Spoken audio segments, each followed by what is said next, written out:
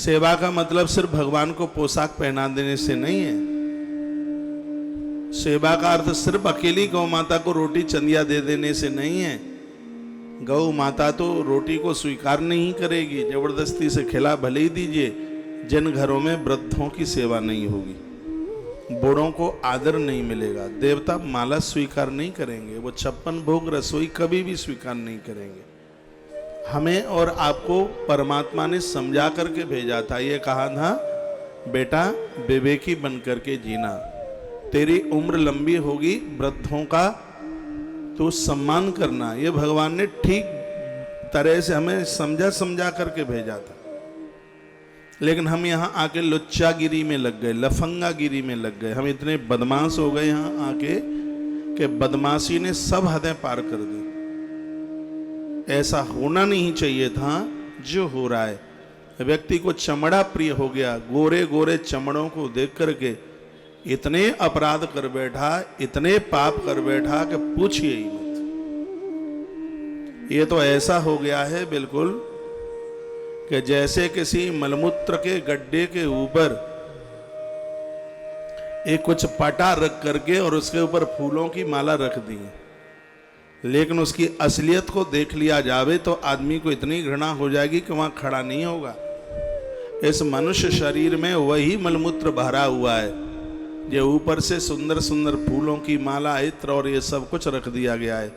यदि पट्टा उखाड़ करके देख लिया जावे तो इतना गंदीला है, इतना भरा हुआ है कि इसको देखने का कभी मन नहीं होगा।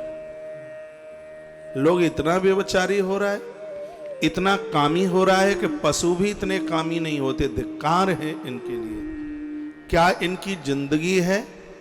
पुरुष लोग इतने बिगड़ रहे हैं कि घरवाली को व्रत नहीं करने देंगे। इन पे आफत आती है, पहाड़ टूटता है यदि वो एकादशी करती है।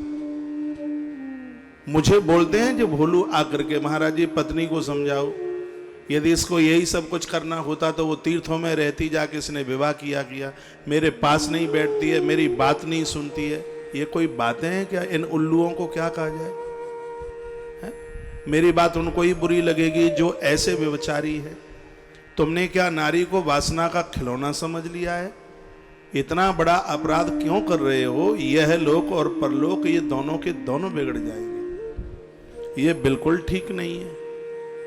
अपने आप को सुधारो, नहीं स्थिति इतनी खराब हो जाएगी, करोड़ों साल में भी उद्धार नहीं होगा। ये ब्रह्मांड पुराण की आवाज है, ग्रंथ मेरे सामने रखा है।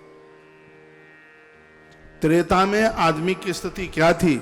इसमें लिखा आयु, बुद्धि, बल, स्वरूप, आरोग्य और धर्मशीलता, ये त्रेता युग के प्रमुख गुण थे। और वर्तमान समय में ये बिल्कुल भी नहीं दिखाई दे रहा। त्रेता युगे च विफलम कर्वारंभ प्रसिद्धति आयुर्मेधा बलम रूपा आरोग्यम धर्मशीलता। पूर्ण रूप से आदमी धर्मशील था। सतयुग की तो बात ही अलग थी, लेकिन त्रेता में भी तो ये सब था।